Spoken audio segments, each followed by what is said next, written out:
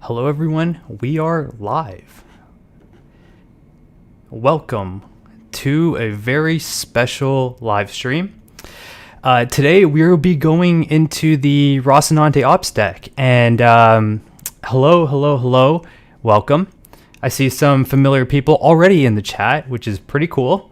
It's nice to have people coming back. And today, I'll just do a little bit of an explanation of what's going to happen. So I got my VR headset. Unstoppable wanted me to yell to let her know because she's gaming. Because she has me open on another tab. So instead, I'm just going to play a synthesizer and making a weird sound.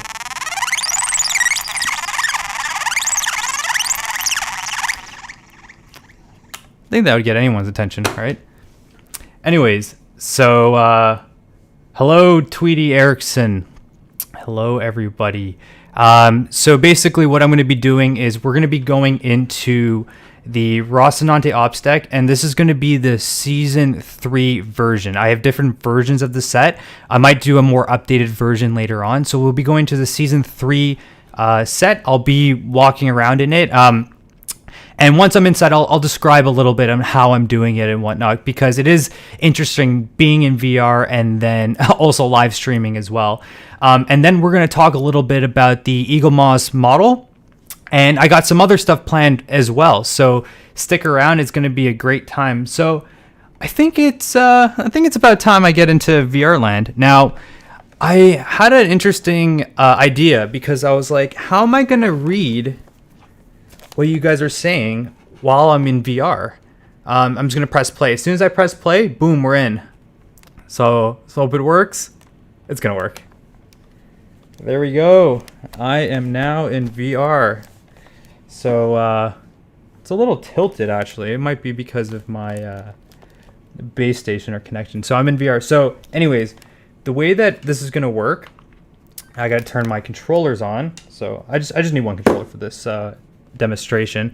So yeah, I'm in the Rocinante Ops Deck, well, the flight deck right now. So the Ops Deck is behind me. So one of the things I thought was interesting is, how am I going to read your comments while I'm in VR? I can take the headset off and look at my monitor, or I can do it while I'm in VR. I'm going to press a button and the screen's going to go blurry. So if you see the screen going blurry like this is me literally just looking at your messages right now. So I can see that even though I have the headset on, I can see Unstoppable says got ya, and Sir Gussie says Unstoppable with a flower. So it's like, as soon as the screen goes blurry, I'm going to do this periodically so I can read what you guys are saying. Other than that, I'm going to be in the VR land. Another thing too that's going to be interesting is I am stationary during this VR. When I say stationary, is like I'm not jumping up and down, moving left and right, because I want to be on in frame for the camera that's in front of me right here. So in order to do this, I have made a little program or some tools to help me out. So when I press space on the keyboard, it's going to rotate me 180 degrees. When I press V, it'll spin me back 180 degrees, so I can flip back and forth.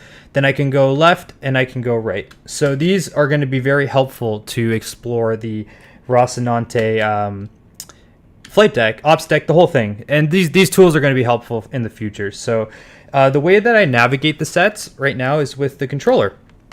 And with the controller, when I pull the trigger, it'll fire a beam out. When the beam is red, it means I cannot teleport to that location. But when it's green, I can let go and boom, I go to the location. So this is the way I navigate the set. This is like the tool that I use. And the key commands, I can also like sort of levitate myself too, and stuff like that. These are other commands that I use for directors and whatnot. They're really helpful. So now, for example, I'm like on the one side of the Roci Ops Deck, and if I want to look on the other side, I have to do this, right? But that doesn't make a lot of sense on stream because now I'm away from the microphone, I'm away from the camera. So when I press my key command, I am now looking in the correct orientation. So I thought this would be, helpful. So again, I'm gonna start looking at some of your messages. So I can chat engine. Yeah, so I can probably put the chat onto something and read it while I have the headset on. But I didn't have the time to program something like that, and I've been like super busy lately. But anyways, so yeah, welcome. This is so I am sitting down. So this is like we call it the LiDAR desk, and usually you would be. I'm just gonna stand up really quick. So if I was standing up, I can use it like this. Oh, my cable's getting all tangled up. So if I was standing up, I can use it like this. Beep boop boop boop boop. But I'll be sitting down for this this live stream, and yeah, this is one end of the other end of the Roci, I should say, Roci Ops Deck. So when we are in this level here, oh my gosh, I got to use my key commands again. There we go, spinning myself around. Okay, so when we're in this level here, we consider this the Roci Ops Deck, and because we have it sort of broken up into pieces. When we are let me just spin myself around. When we're up here, this is called the Rocinante flight deck, because this is usually where you would control the ship from here. I do have a theory, though. I think you can pilot the ship from another seat. I haven't really confirmed that, but I'm guess like you can ask Ty if you can, because I don't think it'd be redundant if you had to only control it from this seat here. Because what happens if your pilot gets knocked out or something? You have to come, in high G, climb over here. I think it's more like the captain of the ship just needs to give the command to give it to another seat, or, I mean, this is the pilot co-pilot situation going on over here. But anyways, getting a little off topic. So yeah, so this is like what it would look like if you were standing on the top of the flight deck. And it's a bit of a ways down, but the ladder is angled. I mean, like, I've been in the set before, obviously multiple times, and I can say it's not a difficult climb to get up. And it's these VR images are pretty accurate. They're pretty accurate to what you are actually gonna see if you ever go visit the Rocinante. Hopefully, it comes built. It gets built again one day. And yeah, look, we can check out some of the seats actually. So these chairs were modeled in season 1 by a very talented set designer named Soren, and I actually sat next to him while he was modeling them, and he dropped a lot of F-bombs because it's a very intricate chair, but it's also like the design, all the pieces had to be cut out and assembled, and it's just like, wow, definitely amazing work that he did. And the chair that they actually use on the set is like a racing car seat, I believe. It's a racing car chair seat, and they add all the little elements to it. I don't have the tubing because like usually there's tubing. Okay, so here's another example. I want to look this way, so I'll use my tool. I'll press, I think, W, I think, and I can look this way now. So anyways, this chair doesn't have the tubing that you'll have the juice on it. But the whole idea with this VR set is to give a general idea for when you're filming. Like, I have built the sets in VR so you can have an actor in the frame and be able to take images and whatnot. We're not going to do that today. Today's just going to be like sort of a test trial of how this goes. So I'm going to start looking at some of your messages. You know what? I have some stuff that's in the way. Oh, hold on. Okay. So Sergasi says, oh my gosh, I just hit the microphone with my head. I'm so sorry, guys. So Sergasi says, I think it's possible to pilot a ship from whatever place you want, even remotely. Yes, I think that's definitely possible. Is the ground kind of see-through? Oh, okay. So when it comes to the ground, it's not, I wouldn't say see-through. It's more like it's like a mesh. What's it called? Grating mesh? So basically, I can't really get that low. Maybe I'll just put the camera down. So basically, it's I lose connection. Okay. That's as close as I'm going to get. I'm basically holding the the headset down below. The ground has like a grating material, so you can see through it to a certain degree, and sometimes they'll like light it from the bottom.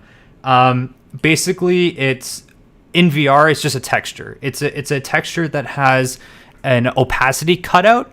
So essentially, the little squares are see-through, and the bars going across are not see-through, and I just tell the material what's see-through and what's not see-through just with a PNG image.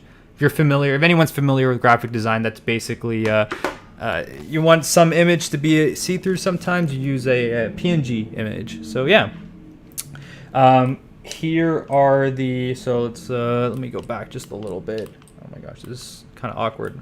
Just because I can't like move around without hitting something like the microphone. Okay, so then, yeah, here's the monitor.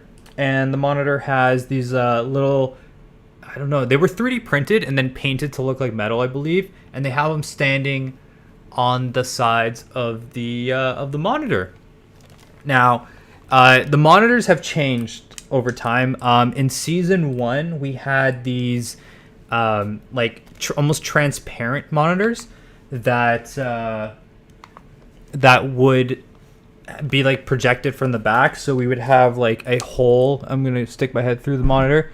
So we'd have a hole here that would rear project the monitors, but we found that it made the image look a bit washed out, and it wasn't like as detailed. It looked super cool and it was futuristic, but it wasn't really practical for the longevity of it. So after the way that we like justified the changing of the monitors between seasons was that the Roci got into a crazy battle and needed some upgrades. So there was like a hole. I remember at one point there was like a massive hole through one of the monitors, and we justified the upgrade from that. And it also worked at the end of the day for the development of the show, because we were able to film it without having to do any post onto the monitor to make it look like washed out or anything like that.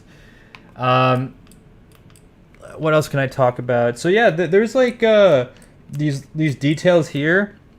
They're basically just like I don't really remember what they were made out of. It was a mixture of set deck and construction, just building these tech panels and stuff like that. There is that one scene where they changed the name of the ship into like from the Tachi to the Rocinante. If I can just find the right key. Where's my correct key? Oh. Hold on. There we go. I'm just trying to turn myself around. Okay. There we go. No, wrong side. Okay, here. So basically, I believe that happened. Let's see. So when they took out the change of transponder, that happened here. It might have. I think it happened right here actually. So the panel came out, and they changed the transponder to the. They typed it in. They're like, okay, it's now the Rocinante. I think it happened on one of these panels. I want to say it was one of these two, and I might be wrong. I'd have to take a look at the episode, and I'm just gonna check to see if you guys have any more messages. Can you simulate / test unwanted reflections in the monitor with lighting equipment and kind of see where they can be placed better? Those are VHS. I don't really know how to answer if you can simulate unwanted reflections or take out unwanted reflections. I'm not a camera person on set, so that's a sort of a difficult question to answer for me. I'm sure someone else more experienced in that realm would be able to answer that. But I think when it comes to reflections, you just don't want the camera to be in the reflection. So that's like, I think, the main goal. As long as the camera is not reflecting back onto like a piece of shiny metal or something. And nothing's really like mirror. Like everything, like even the metal on the show has a shine to it, but it's never like super reflective. So if I were to move back here, and so if we see the flight decks up here, and some people might be asking, so you go down from the flight deck. Now I'm in the ops deck. What is down here? What the heck's down here? Well, why don't we go to it and we'll go check it out. All right, so I'm now a bit too close to the wall. I'm here in this bottom area. Oh, did I not put a collider on here? Oh, maybe I did. So what's down here? We call it a shoot off. There's technically nothing important down here, let's say. A lot of the times it's just you can have an actor come up to get into the ops deck. That's what I think it's mainly used for. But like what logically lives behind this door that's a level below, I don't know. Actually, we call it just a shoot off because this door will never be opened, and you can still stick the camera. So like, let me go back up. So if I was filming up here, right, I can still shoot down here, and it's okay. As if that door opens, we're into studio territory. Like, you can see the studio. Same with this door. If this door opens, we see the studio. If the door opens behind me, we see the studio. So that's something to remember, that, you know, we don't build these sets as like actual spaceships. They're sets for a TV show. So when you open that door, you're on the studio. And if you watch any of my time lapses, you can see that the time lapses of the Rocinante, you can see that it's built on what we call a riser. So it's basically a wooden platform that brings it up about a story, about a level. So it allows you to do stuff like this, to be able to go down one level. So we're not going, like, it doesn't make sense to build this at floor level and have to go into the dirt in the studio. Like, you can't dig a hole in the studio, right? So you build it a level up. So this would be the ground level here. So this would be like the studio floor. Up here would be like the top of the riser. And yeah, we build up a level, and then you could even go like one level higher here, which is the flight deck. And now, since we're talking about like levels and studio and stuff like that, something interesting you guys might realize. And again, if you have any questions or you want me to look at anything, just put it in the chat. I've been looking at the chat periodically. So basically, when we want to shoot like a reverse angle, so let's say we have an actor sitting here and we want to shoot, so let's pretend my controller is the camera, okay? So let's say I want to film this way. So the tip of this controller is the camera. How would I do that? Because it's kind of tight, like this distance. There's not a lot of space to put a whole, you know, camera team over here and the camera rig and all that stuff. So we do something that's called a wild wall. A wild wall means this thing, boop, can just fly out. I guess they can also call it a fly wall. So wild wall or fly wall. So this wall here in the flight deck can just be completely removed, or at least a large portion of it can be removed, so we can film a reverse angle. So then what you do is you have your camera people and all that stuff that will be, I mean, I can even just stick my head through the, oh no, I went to the Armory. I wanted to save that for later. Okay. Anyways, sometimes you can teleport further away than where you want to be. There we go. I'm back up here. Okay, sweet. So what I was trying to do is stick my head through this. I don't know if I can do that, but basically you can just shoot back here by removing that wall. That's something that people might not realize. Were all the parts of the sets physically connected? No, they're not. The ones that are physically connected are here. I'll just show you right now. So the flight deck, the ops deck, these are connected, obviously. I mean, you've seen this in shots before on the TV show. It was very apparent that these are connected. And if I go down like this, so now I'm in the ops deck, I can go down this staircase. So now I'm back down on studio floor, and I have, oh wait, I should be using my tools so I don't turn around. Okay, so now I'm looking at the reverse angle. I just use my shortcut tools. So this is the reverse angle. Up here is the ops deck that I'm looking at, and I'm in the Armory right now. So here's some Martian guns. I actually, I modeled these. I modeled these myself. I use SketchUp, actually. Wow. They do look kind of blocky and stuff, but sometimes you get like a bunch of lag because there's a lot of polygons in this model. A lot of the times the set designers don't optimize for gaming engines, so I usually need to either optimize certain things. It's a whole spiel. I might go into detail in a video later, but it's like it's a whole thing.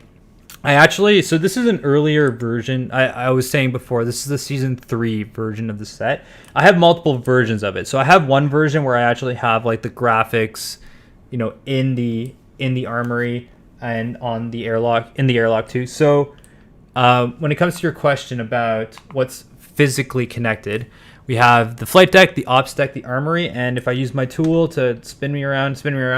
So behind me, I hope you guys can get like orientated still. So behind me is the ladder to the ops deck. I'm standing currently, or sitting currently, because I'm in a chair. Currently I'm sitting in the armory, and here is the airlock. So this would be the airlock that would go out to space, to the black void. And again, I have other versions of the set that are going to be interesting, but to show you, because like, what happens when I get outside the airlock? Well, you'll have to stick around for another live stream, because this is generally just a test, a big test. I hope you guys understand that I had to get like the VR equipment all connected and streaming. I got the microphone, I got the the camera. Oh my gosh, it's a lot of stuff. Hold on, I'm just gonna take a little time out from VR just for a second, because I need to drink some water. But you can have, or go back up. Oh, I'm outside the set. Isn't this cool? I'm clipping outside the set for you gamers. Oh, I have a really funny story I need to tell you guys, and it'll take place up here. Okay. So I'll take a. Let me get up here. Okay. So I'm just gonna take a little time out. Hurt yourself. Do I ever hurt myself bumping into stuff? I don't really hurt myself, but the controllers at times have taken a beating. I've seen like people in VR, like directors and DOPs, go like this, boom, and just like go right into the wall. But it's never don't hurt yourself bumping into stuff. Yeah, I won't. I'm getting familiar with the space. Where's my water? Okay. Sorry, my mouth's getting a little dry from all the talking. Okay, so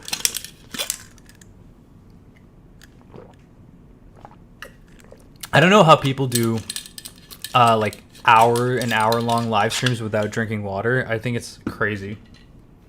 So yeah, so I needed just like a little break from VR. But I will have to tell you a funny story. So in season 4, it was season 4, we had the press come and do a little tour of the set, and basically there was a room where I had VR set up, and part of the things they wanted to do is they wanted the press to put on the headset and go around. And I saw Kyle Hill, and I recognized him. So he was like in the middle of eating a sandwich, but we only had like, I don't know, there was like 4 more minutes before they had to go do something else. So I'm like, I have Kyle Hill for like less than 4 minutes. So I ran up to him and I was just like, I'm really sorry, like, to interrupt. He's like eating a sandwich, and I'm just like, do you want to see something cool? I didn't even say what it was. I was like, do you want to see something cool? I'm like, Kyle, you want to see something cool? And he was like, yeah, sure. So he comes over, and I'm like, this is VR. And then boop, he puts on the headset and he starts. So let me take one more sip of water, and then I'll continue the story while I'm VR. So Kyle's like, okay, cool. So he puts the headset on and he's looking around, and I give him the controllers, and he immediately, somehow, I don't know how he did it, he just glitches. Okay, maybe if okay, he goes like this, boom, and he glitches outside the set. I'm like, I want to show Kyle Hill my work. I want him to see the VR set, and yet he's just glitched outside the set like almost immediately. And he's like, oh, this is so cool. This is like, I've been watching a lot of speedrunning videos lately, and this is like when speedrunners just clip outside the map. And he just kept on wanting to go outside the map. And I was just like, oh my gosh. It was really funny, but I didn't expect him to like immediately leave the area that I wanted him to hang out in, which is like this space here. So I thought that was funny. And Unstoppable said, Adam Savage. Yes, Adam Savage did come. Did he come on that season? Yeah, he did come on that season, but he wasn't in VR at all. They had Adam Savage and I. We've met before. Like, I shook his hand, said hi to him, but like we've never had a hey, this is VR, and I didn't do my VR song and dance. But you know, I met Adam Savage. He's cool. But yeah, I just thought that story with Kyle was really funny. I just want to point something out here. The graphics on the set. So every time you see graphics like this or this, these stripes in real life are cut vinyl. In season 1 and 2, I was a graphic designer on the show, so I didn't do this set. I think Jeremy did this, but one of my jobs over the 2 years was to do graphics. So we would basically cut out almost like a sticker and then put it onto the set. Now, the way that I recreated it in VR was I took the file and I made it into a PNG and essentially made it transparent and then just stuck it on the set, and it all fits really nicely. And then I also have the Martian flag here, which is just like a JPEG, and that's just a flat plane. Oh yeah, so all the textures are just a flat plane.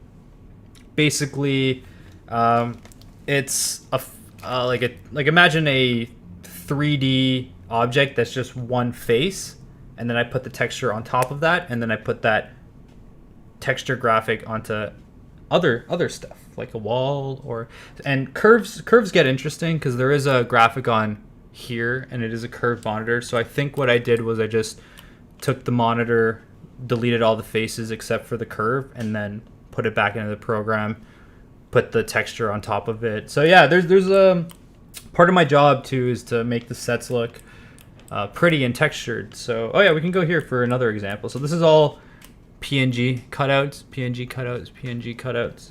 In real life, they'd be cut vinyl. So cut vinyl. These would be almost like sticker. If you ever owned a sticker before, these are just stickers. And yeah, they're just cut out printed stickers and whatnot. And yeah, that's my little song and dance about graphics. These are signs that are it's actually floating off the wall. Oh my gosh, I didn't even notice that before. So these are just on the set. They're cut styrene signs that have a sticker vinyl on top of it, and then they're just like cut. Are they laser? I think they're laser cut. Laser cut. I don't know. It's been a while since I've done graphics, and yeah. So if you guys have any other questions and stuff, so I'm just gonna take my headset off. It's a lot easier to read. Did you use any ridiculous material like George asked her into potatoes? I don't recall using any ridiculous materials. All I know is that the hand terminals. Do I have one? I have one that's around here somewhere. The hand terminals are made out of cut plexi that are pretty cool, and they kind of blast the edges to make them look transparent.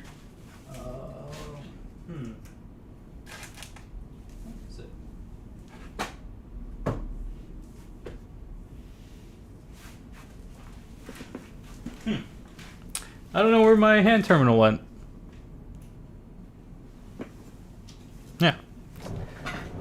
I don't know where the hand terminal went, but you guys have seen it before. I had it on a live stream. So anyways, yeah, so the cool material, where are your duct tape secrets? Duct tape secrets? I don't know what that exactly means. Like, oh, you mean like, tricks to do the job? Here's one here. So in real life, this texture here is actually like three-dimensional, and it's Liv, you can help me find the terminal. I need my driver's license. Oh, you need your driver's license. What did you do with it? I put it on that table over there. Sorry, dealing with real world stuff. You should stop using your hand terminal on the toilet. Yeah, you're right. Okay, so basically, this is another texture here, and it's a cutout PNG. So it's all, you know what would be kind of cool? If I go into like the creator mode. So if I go into the program here and I press play, I'm gonna go back to like a mode that I can just fly around in. This is like my God mode. So if I want to manipulate the set, add anything, take anything, I can do that easily right here. So I can even show you. So this texture here is just, oh yeah, so there's an emissive material behind it, like a glow material. and then in front of it is where is it? In front of it is like a 3D mesh of all these pieces here. But then there's also a texture. So if you look at it, if I go on the other side, you won't be able to see it. But if you look on this side, you will be able to see it. And then a similar idea or concept with the ground too. It's a cutout texture. Yeah. So another thing too is that if I were to, let's say they wanted more set dressing, right? I can just like duplicate this. I need to grab my tool. Oh my gosh, where's the center point for this? So if I want to, like, I can put another one. So I can have like multiple stuff. These are little things I added later, but if we want to do something funny and not have to like mess with the integrity of the set, if I press play, I'm going to be in VR mode now. So going to VR mode. Now, if I press the scene button, I'm live. So the game engine is running. I'm using Unity, by the way, if anybody wants to know. The game engine is running, so I can switch back into game mode and have the headset on and look around. But I can also do stuff too. So now since the engine's running, I can manipulate and add things, and as soon as I press play, they all go away and it resets back to normal, which can be annoying sometimes when the director wants stuff live on the set and I say, oh, if I press play, it's going to be removed. Yeah, but I always let them know, and they get the hang of it over time. Over time, I'll just tell them, if I can stop the program now, I can do the changes you want, and then press play, and they'll save. And they usually will say okay to that. And that could be anything from moving a 3D model to adding an actor, to changing the lighting, the texture, etc. I can do that all live. And that's the advantage of this, is that there's no, like, give me 3 hours to put another chair here. It's like, no, I can do that in 1 second. Literally 1 second. Hold on. Where's the center point for all this? Oh, okay, there we go. So I had the pivot point off. So let's do something funny. Let's put like tons and tons of chairs in the Roci Ops, like way more than you should ever have, because we can. Did you design everything by yourself or get prefabs from other colleagues? I did not design pretty much anything in here. These are all designed by other people, set designers, and I just put it all together essentially, because like the chairs were separate, I think, from the actual set, so I had to get a 3D model of the chair separate and then optimize it and then texture it and then all this stuff. So it would really nice to release this as an EXE VR experience. Yeah, that would be cool. But again, this is I pitched the idea, and I want to do this officially. So yeah, there is been no development of an official VR thing, but it's I think Alcon and Amazon, I think they know about it. So maybe one day they want to do it, but for now, and I personally won't release it as such. Sorry guys, but feel free to like look at this as reference and design it yourself, like 3D model it yourself. All right, so is this enough chairs or should I do more? I think we can do a few more chairs. Like, I'm trying to space them out nicely. Why don't we put a chair up here? So yeah, if a director wanted like 50 chairs in the room, I can just do this on the fly. Again, this is just showing you as showing an example of what's possible. Let's say they want another monitor somewhere. Okay, hold on. Let me go here.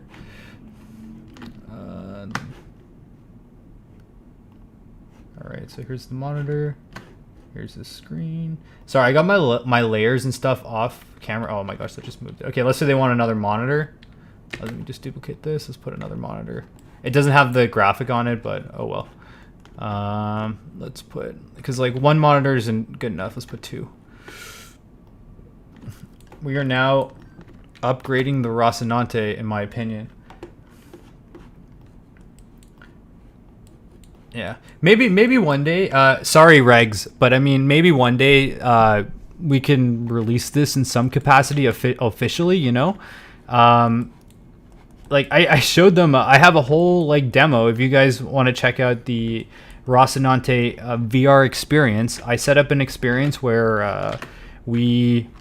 When I say we, I mean I go into the Roci Ops Deck and I have a like a Martian rifle, and it's fun. It's a whole little thing. Maybe I'll do a live stream with that one day because I think that would be cool. All right, so now, okay, let me go into VR and see what I created, and hopefully I don't get too many frame.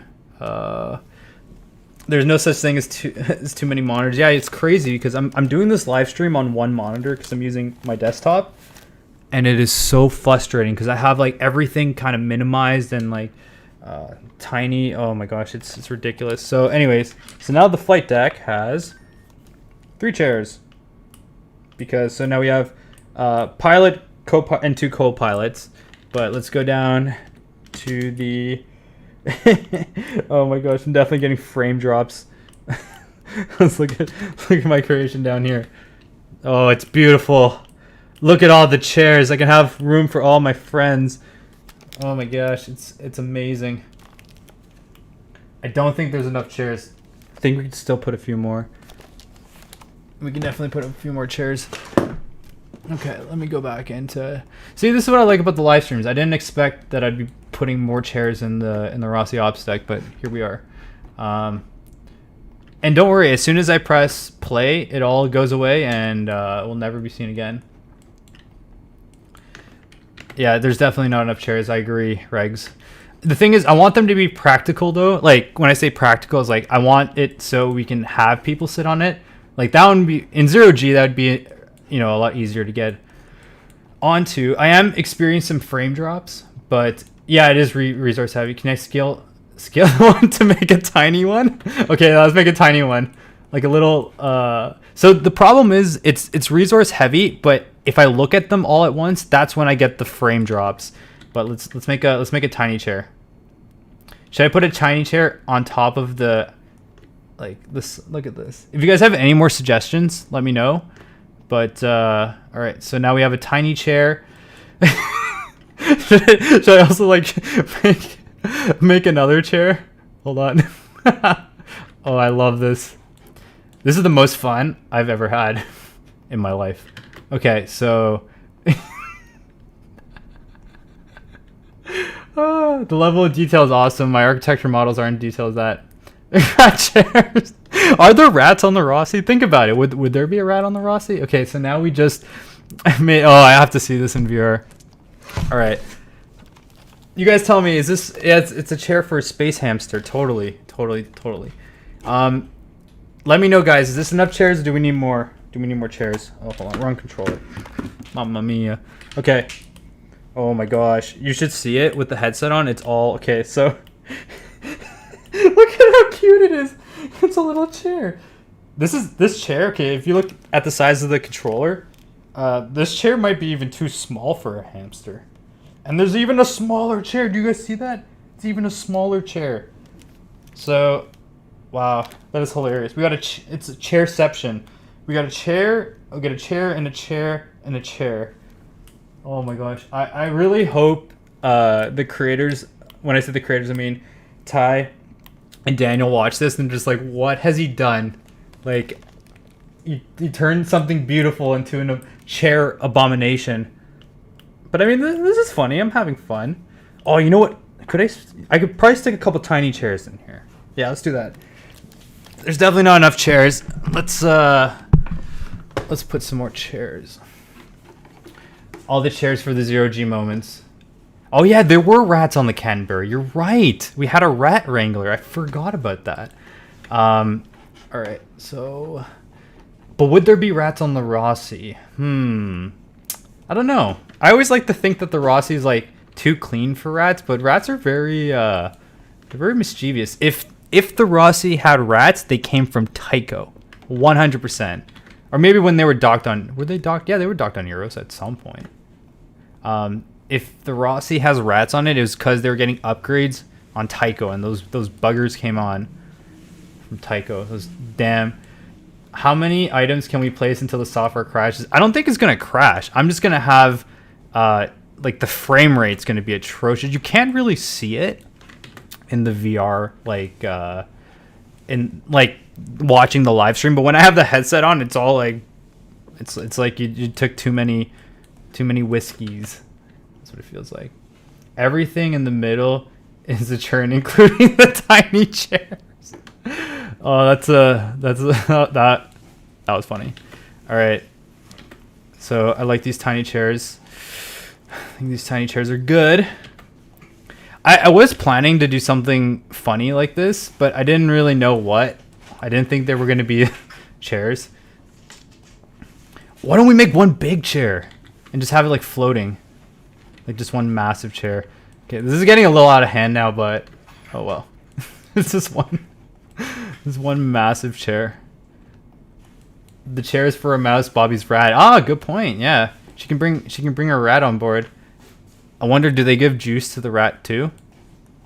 All right, so now we have one giant chair. All right, time to go back into VR. Oh my gosh. Let's see how bad how the frame rate is. See, it's okay when I look at like these tiny chairs here, but when I like look at all of them, I start to get a bit of when I say a bit, I mean a lot of lag. You guys might not be able to notice, but I can notice it here. All right, so we have a lineup of tiny chairs here. These are for one of them's for Bobby's rat. I think Bobby's rat's chair can maybe be this one. And then for all the rats in the Roci that came from Tycho, they'll be in these chairs here. And then we got some more chairs over here, and we got a big chair. Oh, this is ridiculous. We got a really really big chair. Oh no, what have I done? Oh, guys, appreciate it, because I'm gonna I think we have like we've answered the age-old question. How many chairs is enough chairs? Can you change the color? Okay, let's change the color then. Let me put on my Remember the Can't hat. All right, let's change the color of the chairs. Now, what I'm gonna do is I'm gonna use hopefully like the mesh material name. So I selected one chair, and I have like kind of a search bar, and I can just search all the chairs, like the I'm just using the mesh name. It's mesh 81. So now I can go to mesh 81, click all of them, and now I can go into the inspector and go into the texture and give it a new texture. So see, and this is the cool thing. I can do this all on the fly. Like a director can be in the set, and like I don't think he's gonna want 50 chairs, but he might want, you know, a different color here and there. They usually don't. They're usually looking at the set from more like how am I going to film it rather than like an aesthetic thing. Because sometimes I don't always texture the sets as nice as this, because I don't really know exactly. Sometimes I get the sets so early on that I don't know what color things are going to be. But let's make them like green screen green, lime green. Did that work? Oh wait, no, I probably have to do that again. Hold on. Okay, let me change. Hopefully that did it. Yeah, I think that did it. Sweet. All right, all the chairs now should be green. There we go. Oh, you want pink? Oh, we can do pink. The thing is, I have to have the color already made. Do I have a pink? I mean, I can always just delete the texture and it'll turn pink. Sorry, I don't have a pink material like ready. I'd have to make one. I was thinking pink too. I'll do pink next time, but now they're all green. So now we have a bunch of chairs and they're all green.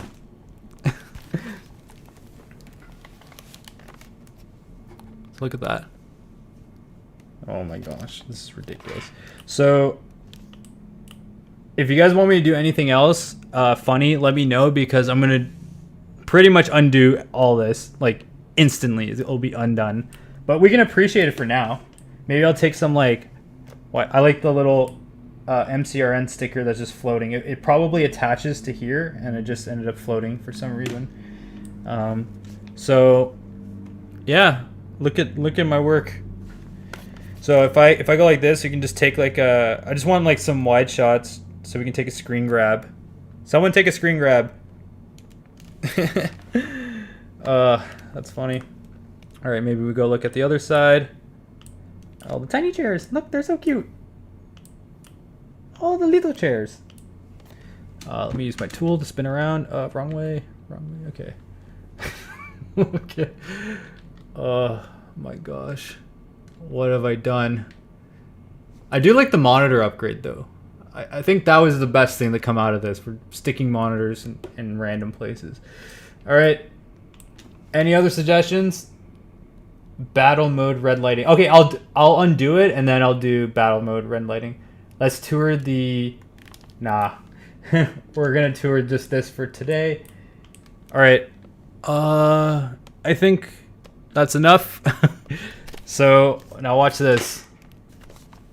Now replace the monitor graphics with Misco and Risco GIF. I don't have a GIF like that on hand. All right, I'm gonna literally press play. And it's all gonna be undone. Boom. Boom. Back to normal. No more tiny chairs. Sorry, they're all gone. But it's great because now we have the Roci back to the way we did have it. But someone said let's turn it to red lighting. So this is something that the director would probably actually want, you know, to switch the lighting around in the set. Let's do that. Let's do it. The directors use the headset. Some directors like to use it a lot. Others not so much. Some, like, I remember I had one director that was just like, oh, I get too dizzy in it and I'm never doing this again. Other directors love it. But yeah, they come in, they use the headset. I encourage them. They put the headset on and they go nuts. At times when the director's remote, yeah, I know the lag is insane. When I had all the, it should be cleared now because of the lack of chairs. So basically, right now I'm just going to be changing the lighting. Yeah, the directors they use the headset. I love when they use the headset.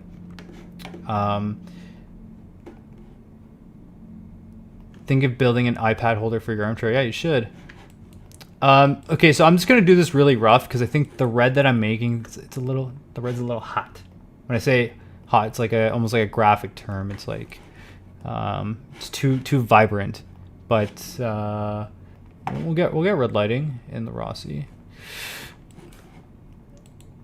Actually, battle lighting's blue, but we'll do, I think, battle mode red. So actually, battle mode is blue, and the reason why I know that is because they, when I say they, I mean Ty Frank said that he went to go ask people who worked for the Navy and found out that they use blue when they're in combat. So we use blue for battle lighting on the Expanse. And I think he asked like submarine mariners that question.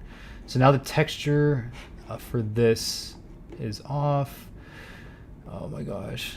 Okay, changing the lighting, might be like the emitting. Oh no, this might not be too bad. Let's see. Okay, I can change them pink really easy. Can I do red? I think that looks. How does that look? I just put on like a random red looking texture.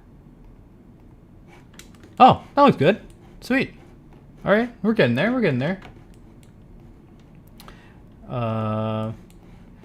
So very soon. Oh my gosh. Okay.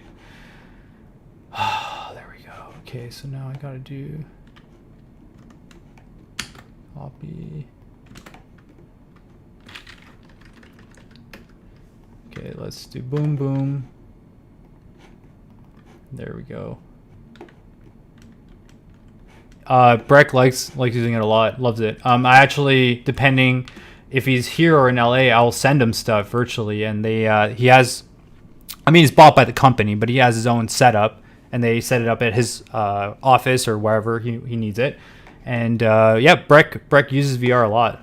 and he would come in and we'll put actors in the set, like 3D models of, not the actual actors, just like representations of how tall they are and stuff like that. And yeah, we did that. We did that quite a lot. Oh, I found some lighting that wasn't red yet. Boom, boom, red. So this is taking a little longer just because it's not really, realistically, I should be able to flip the lighting really quickly, but this is an old model. But I thought it would be a good demonstration for the first like live stream because, you know, I'm just experimenting here. I'm seeing how this VR live stream's going on. I'm loving it so far. And I think this should just about do it. I'm getting some other blue lighting from here. Ah, there you go. Maybe I'll just turn this off. All right. Besides, the Armory is going to be blue still. Maybe I can just...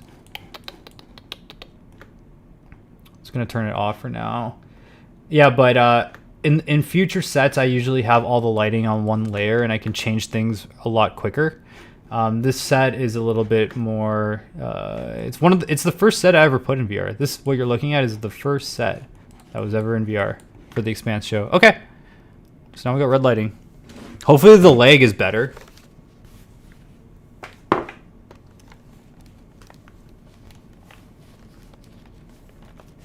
So yeah, now we have red lighting.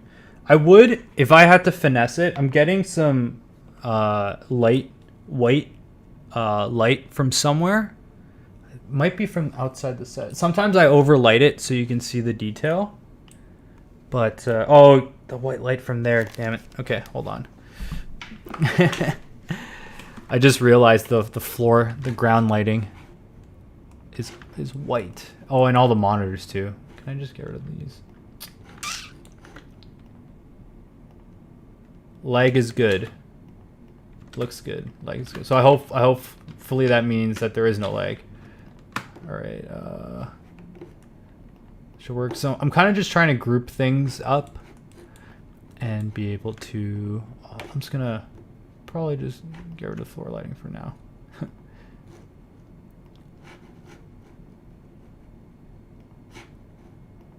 Okay. Let's see if we're getting any more light bleed from other places.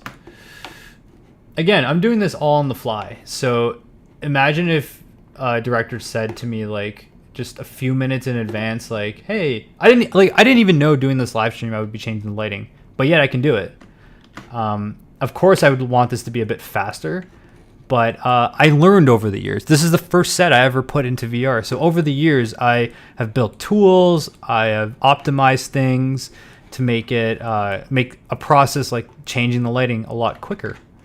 I want to go outside the set a little bit. Oh, this is the first time you guys will see outside the set. Where's this lighting coming from? Why is that there? I don't know. I'm looking at this old model. I'm just like, there's a lot of stuff that's wacky. Ah, so I found these guys here. So maybe this will solve the light bleed problem. Okay. All right. It's looking better, I think. Yeah. Where's that lighting come from? Is there a directional light or something? Anyways, I would like to finesse it a bit more, but I think it's good enough for now. It's red. We're in red. This is so distracting though. Oh my god. Oh, you know what? I baked this lighting. Okay, so if you guys want to learn, I'm a wizard. I wait till you see more up-to-date stuff. I'll do another live stream where I'll show you like the tie-in or something, and then you'll be like, okay, this is more wizardry. So I can give you a quick lesson on like game design. There's multiple types of lighting, but there's two main types. There's baked lighting and there's real-time lighting. Real-time lighting means I can put a light in a place and move it around while the game is running. So if I enjoy having this light here and I want another light, I can do this all on the fly. I can increase the intensity and make it like really red. You know what I mean? This here is real time. It's happening on the fly. It's happening real time. the light that's coming from this here is called baked lighting. Baked lighting means that I establish what it's going to be lit like or look like right from the beginning before I start the program, and it doesn't change. So in order for this white kind of glare to go away, I would need to turn that off and sort of restart the program and rebake the lighting. So there's a quick tip on game design lighting, because I do this for film, but essentially it's game design. All this stuff is game design. We're using a gaming engine. We're using code. All this stuff is game designing properties. So if I increase the intensity, we can get really red, like almost too red. But I think it'll look pretty cool. I've actually done it before where I've made the lights like psychedelic for some, like just change hue for some directors, and they're just like, oh, that's cool. I just do it for fun sometimes. Yeah, so now we got like a nice bright red. So the lighting, the texture that I put on some of the lights. Oh my gosh, I hit the mic again. You can almost see it through the mesh. So, yeah. Anyways, it's been pretty cool. Now, if I press play, it will undo all that stuff, which I'm okay with, just to bring it back to normal. And now it's a tanning salon. Yeah, it was a tanning salon. So yeah, guys. Wow, we had some fun. But guys, the live stream isn't over. Maybe we'll do a bit more of VR in the Roci Ops Deck, but I have some more stuff to talk about because we wanted to talk a little bit about the Eagle Moss Rocinante model. I made a video on this model, and I'll link it up when this video is when this live stream is finally posted. But we'll do a little bit more VR stuff. We'll talk about the model, and I got one other thing planned, which I think would be fun. I think it'd be fun. It'll be a little different, a little off topic, but I got something else planned that it's gonna be fun. Tweety Erickson, I just saw your chat way up above that says Control Z. Yeah, you could Control Z everything, but if you just do stuff and then press play, it's undone. All right, so yeah, I got some. I think this stuff I downloaded from the SketchUp warehouse. They have these boxes. They're these work tool boxes, I guess you can call them, and they're the same ones we use on the show. So I just put them around as dressing, set dressing, that is.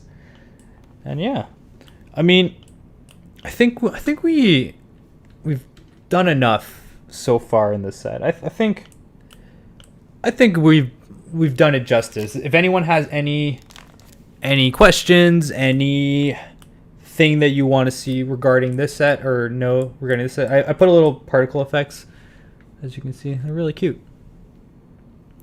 It's funny. I don't really do that anymore because I just want to always think about performance, but little particles floating around. Yeah. So if you guys don't have anything else to say, then we're going to be moving on to other topics and stuff. But putting 1,000,000 chairs in the Roci Ops Deck was a lot of fun. I did have a lot of fun doing that. Alrighty. So now, boom, boom. We're going to switch topics a little bit, and we're going to go and start talking about the Rocinante Eagle Moss model. So I wonder, have you guys pre-ordered it yet? Has anyone ordered yet? Please tell me in the chat. I made a video on this, so I'm not going to stay on this topic for too long, but basically what I think, in the video I made, it seemed like I was praising this as the greatest thing on earth, but I want to just clarify a few things. For the price, this is amazing. This is really, really, really freaking good. I actually thought it was the Kickstarter model at first glance. When I saw like the thumbnail, I was like, oh, that looks exactly like the Kickstarter model. And that's a compliment. That's a huge compliment. So if you watch that video I made and think you shouldn't get it, don't think of it like that. Just think of it that the model that's a lot more expensive has a lot more detail because it's a lot more expensive. This is a different sort of type of model. It's more of an affordable model and therefore isn't as crazy detailed as the Kickstarter model. And the things I criticized about it, I think are valid. I hope Eaglemoss watches it because I am honest. And the thing is, I want you guys to get from this channel is I always want to be honest with you guys. If I like something, I'll tell you. If I don't like something, I'll also let you know. This includes like video games. This includes, just anything in general. So, Sergusy said that he designed his own Tachi/Roci, and 3D printed it and that's awesome. That's really cool. Unstoppable has thought about it. She has all the Mass Effects models, and the Roci between them would look fun, but did not look like up the size of it. Well, we can look up the size of it right now. It's 8.6 inches long, so it's significantly smaller than the Rocinante model from the Kickstarter. Yeah. I don't know when they're going to release the next Expanse model. That is totally out of my realm. I worked on the show, and when things leave the show, I don't know. Like, I didn't even know when they were going to drop the series at all. I just knew that I had a feeling Comic-Con was going to release something, like a trailer. I wasn't even 100% sure, but I was like, there's a panel. I was like, it's coming up to a point where they like to drop things for New York Comic Cons, but I didn't know what day they were going to release it. And I work on the show. Oh, Sergusy, you can see the Roci that he made on his channel. So go check out his channel to see the Rocinante model that he made. I think that's all I really want to talk about when it comes to this ship. I did want to discuss it further in the live stream, and I think I was able to clarify my position a bit more, is that I'm totally for it. And if someone asks me, would I get it? Generally, would I get it? Yes. The thing is, my apartment is tiny. I don't even have room to set up VR. Most of the time, my VR is not set up because I honestly just don't have the room for it. And I actually normally live on a boat, and I'm serious about this. I haven't been because of the situation that we have in the world because of a certain virus that I don't want to talk about, or else I probably get demonetized. But basically, I normally live on a boat, and I can't have a lot of stuff. And I'm really into synthesizers, like really into synthesizers. This is one of them. I started the live stream with another one to try to get, Annabelle's or Unstoppable's attention. I have a lot of synthesizers, and that's my collection. I cannot have more stuff. I don't have the room for it. I don't have the space for it. So would I get this model? In any other circumstances, if I had a house, yes, totally I would get it. But because I live in an apartment, and I also travel a lot too. So normally, if it wasn't because of the situation that's happening in the world, I would travel a lot in between shows. Every single season, I've traveled in between the Expanse, except for season 5 and 6. I've always traveled from the moment I get off work till the moment I hear we get picked up. I'm traveling, and it can go. The longest I did was 8 months, and it was unreal. And I bring my computer with me, so I'm always working while I'm traveling and stuff like that. So, wow, we got really off topic. But anyways, no, I won't be purchasing this. But if I do think it's a good buy, though, and also because I have the Kickstarter model, that's another reason why I won't purchase it. If I didn't have the Kickstarter model, 100% I would buy it, regardless of my lack of space. And yeah, so moving on, I got something a little bit different planned for you guys. In one of my live streams, I was asked, hey Chris, what is your favorite game in VR? And I was like, I do have a favorite game in VR, and I like it quite a bit. So what I thought would be interesting is if I play said game for a little bit in VR.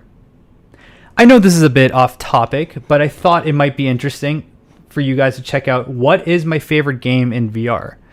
I mean, we did the Roci Ops Deck. We talked about the Eagle Moss model. We made 1 million chairs in the Rocinante.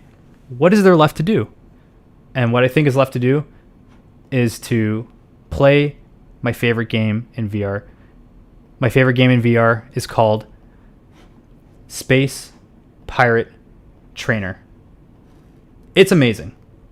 It really, really is. So let's get into it. And I have not played Elite Dangerous. I've heard of it. It looks awesome. But I love Space Pirate Trainer. I like it because it's simple. It's really simple. Really, really, really, really simple. And it's fun. And if you guys have never heard of it, oh boy, you're in for a treat. I'm not good at this game. I won't say I'm good, but I practiced a bit yesterday specifically for this live stream. And hold on. I don't know if the levels are good audio-wise, but let's get into it. So I'm sitting down, so I need to do shield. Shield, there we go. I can switch my weapon. I can do like a grenade launcher. I'm telling you guys, this is the best VR game I've ever played. And I can do this mode, this mode. I like this gun here. It's really good. Oh my gosh. And this is the reason why I need the shield, because I need to block those shots. And I can't dodge them because, oh, this is like a laser. So you can switch your weapon. So you can just mess them up. And then, where's the shotgun mode? This is shotgun mode. I like shotgun mode.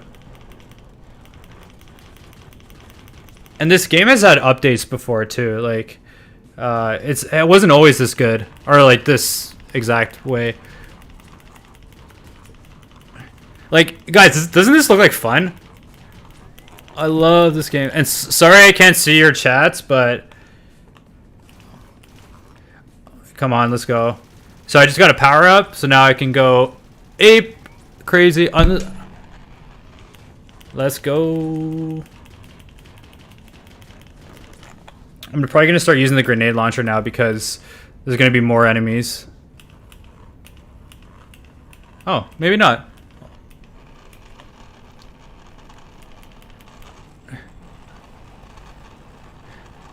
I understand this isn't a Let's Play channel, but we are playing my favorite game in VR, so. Oh no! You're not gonna get me. Oh my gosh, what's taking so long? Sorry guys, I'm sucking really bad. Oh my gosh. I also love drum and bass music, so this is like totally up my alley. I love drum and bass music. Ah, sorry about hitting the mic. Oh, this ball thing.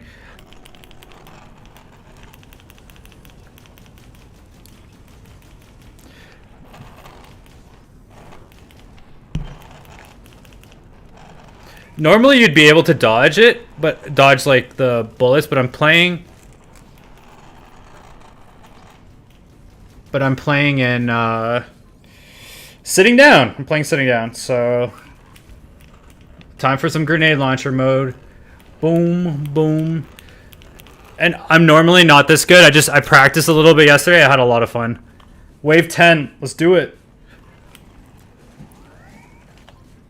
This is a good job for the grenade launcher. Boom. Yeah. I think that was the highest combo I've ever gotten. Come on, let's go. Bring it on. Ah, no, 2 of those round thingies.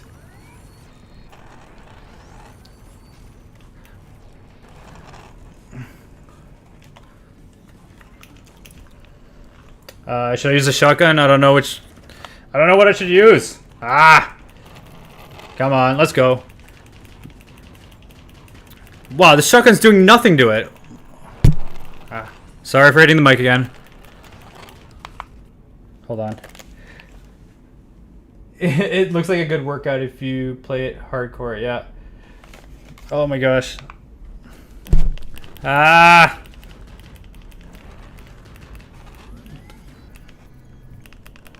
What the heck? Oh, I died. Boom. Alright. I think it's enough of that. Back to reality. So yeah, guys, you need googly eyes on your headset. I definitely need googly eyes on my headset. But I hope you guys enjoyed that. I don't know if you guys want me to play another round. I could. But yeah, that is my favorite game in VR for sure. Space Pirate Trainer is my favorite game in VR. And yeah, we're back in the Roci Ops Deck. I mean, I want to play a game the whole time. That's not really what my channel's about, playing games. But we are 1 hour and 10 minutes in, and things are going pretty good here. Having lots and lots of fun. I'm gonna start winding things down just so you guys know. But I'm not going anywhere. I'm not going anywhere. Oh my gosh, my arm is sore from playing that. Oh, I was too into it. So another thing I would like to do is I've been working on a game for a really long time. Here's my plug for the game. If you guys have been part of this live streams often, you know that it's you know what's coming. It's game plug time. Boom. So I've been working on a game for 4 years. When I was talking about the Rocinante Ops Deck, a lot of the techniques and stuff that I've learned to do sets for the Expanse and for film or TV shows are all game design techniques. And I've took the knowledge that I've got from the last 4 years and I've started developing a game for that long. And it's been such a huge passion of mine. And I'll tell you why, because I love doing the Expanse content, and I won't stop either. I will keep making the Expanse content on this channel. However, I didn't create the Expanse. I'm an employee of the Expanse. I love the show. I create content for the show, but I did not create the Expanse.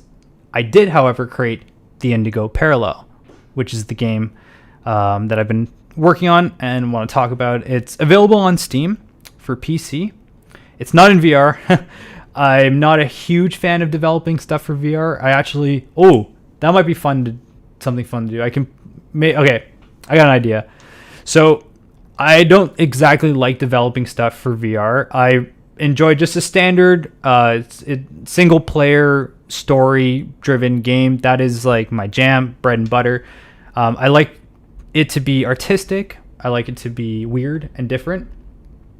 Yeah, so the little robot thing is I gave the Steam page a little makeover. So I added some GIFs to the description. And I can talk a little bit about the game. You basically start on a path, and the path has different options and branches, and it goes off, and depending on what you choose or what path you take, the game will change and manipulate over time. And one of the things that I find really interesting or different about the game is that you don't always know that you made a decision. Sometimes you'll take a path and not realize that that was a path that you took that will change things in the future. Sometimes it's obvious. Sometimes it's like here, you have two buttons. It's a binary choice. It's obvious. Boom, one button does one thing, another button does another thing. That is an obvious choice. But sometimes it could be as simple as you're faced with the corridor and you can go left, right, or center. And depending on which direction you go in, the game will change in the future because of it. And that's something that I find really interesting is I gave the game out to some people to play. I have a few testers, and they didn't always know. They're like, oh, you can do that? And I find that interesting. Sometimes I have to pull it back a little bit to make it a bit more literal and be like, yes, you are making a decision. It's a binary choice. Here we go. And other times it's you don't know. And I feel like it increases the replay value. It's not a puzzle game, but there are puzzles. And the puzzles aren't... the game isn't like surrounded by puzzles, but there are a decent amount of puzzles in the game. So It's not a puzzle game, but there are puzzles for sure. Thanks for the question. And so Sergis, he says, my second favorite ship from the Expanse is the Morgan class destroyer. Pity we didn't see the interior. Morgan class destroyer, didn't see the interior. Isn't Sirocco Morgan class? Is Sirocco Morgan class?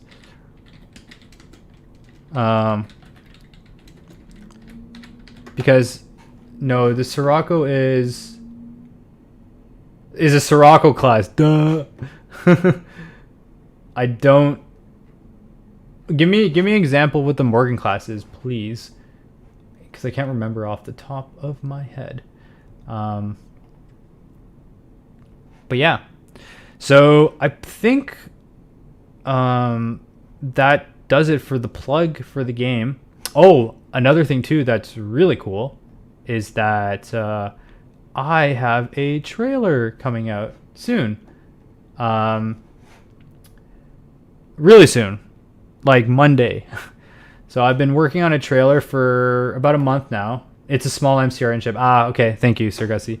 So I have a trailer for the game coming out on Monday. It'll give a little bit more context to all this stuff I'm talking about. Again, you can read the description of it. It's definitely it's a weird game. It definitely is. And there are horror elements, but it's not a horror defining genre game, you know. So look out for the trailer on Monday. There's something big that is happening on Tuesday. So this week's going to be busy. Something really big is going to happen on Tuesday. So stick around for that. And yeah, I think that is pretty much it. I might play. So I have a game I actually developed in VR. It's not the best, but I made it in 2 months, and I basically wanted to test the Steam pipeline. So what I did is I made a game for VR. It can launch dropsticks. So I made a game for VR to kind of test. And so I made a game. I put it for free on Steam to test the Steam pipeline. So basically, I was able to be like, hey, this is what it's like to release a game on Steam. And with that knowledge, it became really, really, really helpful, because I was then able to make my current game, the Indigo Parallel, and I had some information to be based off. Will I have a demo this year? I'm considering it. I'm considering a demo. I just don't know what part of the game to demo, because there are multiple parts and multiple branches. So I'm thinking about a demo. I might make maybe like a standalone demo with elements from the game. We'll see. Anyways, a demo is a good idea, and that's something I would have closer to release, which is a year from November. And I'll probably make a video on why it's taken me so long to work on this game. It's basically because I'm doing it alone, and I think it's pretty detailed. Like, I've designed everything in the game from scratch. But yeah, it's time to play my first ever released game on Steam, called Locust VR. It's a zombie shooter game. It's not very good, but I made it because I found that I could do it. So I did do it. All right. So basically, you're here, you have an axe, and you have a gun. And the gun is not tilted right. It should be like, it's going to hurt my wrist. But, oh my gosh, there's already a zombie here, damn it. So I can hit zombies with the axe, and I can shoot them with the gun. If I press this button here, it reloads, and boom, boom, boom. The sound effects sound a bit off. So now I'm just shooting the zombies. The audio is also like, what the heck's going on? Oh, I died already, wow. Developer dies after 7 kills in his own game. Wow. Yeah, I didn't think I was going to demo this for this live stream, or play this game for the live stream, but why not? Hopefully I can at least beat the first wave. Oh, you know, I just realized a fundamental flaw is that I have to turn around, and I will lose, like, the mic connection, all that stuff, blah, blah, blah. The game's also like kind of dark too. That's what. Oh, okay. You know what? See, this is the problem. I've been so like focused, being like this, that it's hard to spin around. That's why I developed those tools for the Unity game. Hopefully, I can just beat the first wave, and then we'll call it a day. But if you guys have like any more Expanse questions, lay it down in the chat. We'll talk about it. I'm just VR gaming. But yeah, and if you guys like me trying out games in VR, let me know. If you don't, also let me know. If you want to keep these live streams to only Expanse talk, please let me know, because I read all my comments, and I take all criticism. Oh, there, I completed the first wave. Yes. All right. What do I want? Do I want laser aim? I want a bigger clip. Probably a bigger clip. Damage. Next wave. So I just increased my my pistol to have a bit bigger clip and more damage. So hopefully I can do some work here. Boom, boom, boom.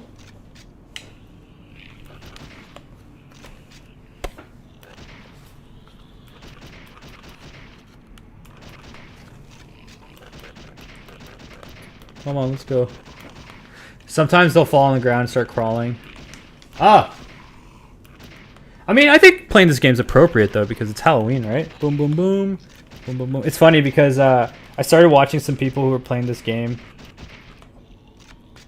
Is it possible to send... Yeah, it is possible to send me some pictures. Do it on Twitter. Okay, done. I'm done playing this game right now. Yeah, if you want to send me something, just do it on Twitter. I have... my Twitter is in the description of this live stream. So yeah, just send it to me on Twitter and I'll take a look at it. But yeah, I think, let's see how long I've been on for.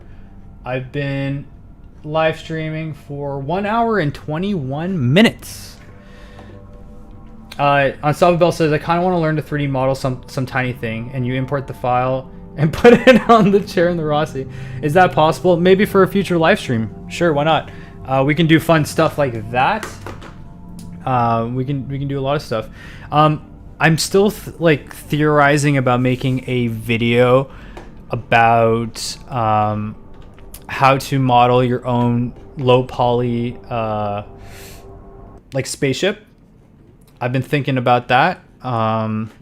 About how to do that, and if it would be possible to do that. And yeah, it'd be cool. You know what I can do though? Why don't we end the live stream with a bang? When I say a bang, I mean like, let me do something cool, because I am winding down right now, but I also want you guys to see something that's pretty cool. Just give me a moment. So this is like the outside of the set. Here is the Armory and the airlock. Give me 1 second. Let's do something cool. We'll be ruining Ty's ship. Yes, we'll be ruining Ty's baby. I am currently going through my layers and I'm trying to find something. Hold on. Okay, found it. Oh wait, hold on. I need to put a platform to stand on, or else it won't have the same effect. So right now I'm just making a cube. So in Unity you have these primitive shapes, and one of them is a cube. And if you want the VR person to teleport onto this said cube, it needs a collider on it. So as long as it has, do you see that like green outline around it? It means that it has a collider on it and I can walk on it. So, all right, guys, thanks for sticking around, listening to my game plug, watching me play Space Pirate Trainer, a little bit of Alpha Locust VR, the first game I ever published. Not very good game, but I promise the second game, that game I made in 2 months, the Indigo Parallel, I've been working on for 4 years. Yeah, I think it's time to show you guys something cool. Let's go out with a bang. All right, let's do it. Take a sip of water. Okay, so I just pressed play. I have the headset activated.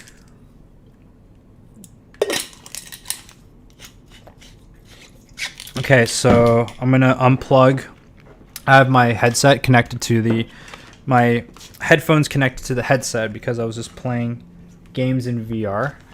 But all right, let's go. So earlier in the live stream, we, went around the flight deck. We talked about the ops deck. We did all this stuff. But the one thing I didn't show you was, because I also had it on a layer that wasn't on. So I'm here in the, Armory. I can open the door by just pointing my laser there. Boom, door opens. Okay. And remember when I said I made a cube on the outside? Why would I make a cube on the outside? Why? Why would I make a cube on the outside? Maybe because I want to go on the outside of the cube. So I'm in the airlock, right? Now, usually when you go out of the airlock in the Rocinante, what do you see? What would you see if I go outside of the airlock of the Rocinante and then turn around? Ah! It looks a little familiar. Hey there. You see the Roci. Right? It only makes sense. I'm getting mad frame drops on this, but what do you guys think? Maybe I kind of want to move the cube back a little bit. But is that cool or what? Walking outside. Don't space yourself. Don't worry. I have a spacesuit on. It's all good. It's all good. So isn't that freaking cool? So one of the things about VR that's really interesting is I can mismatch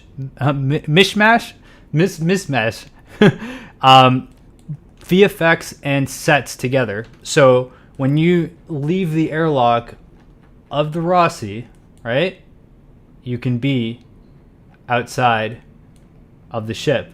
Now, people are asking, well, the Roci ship doesn't fit. I mean, the set doesn't fit in the ship. Well, I can tell you why it doesn't fit.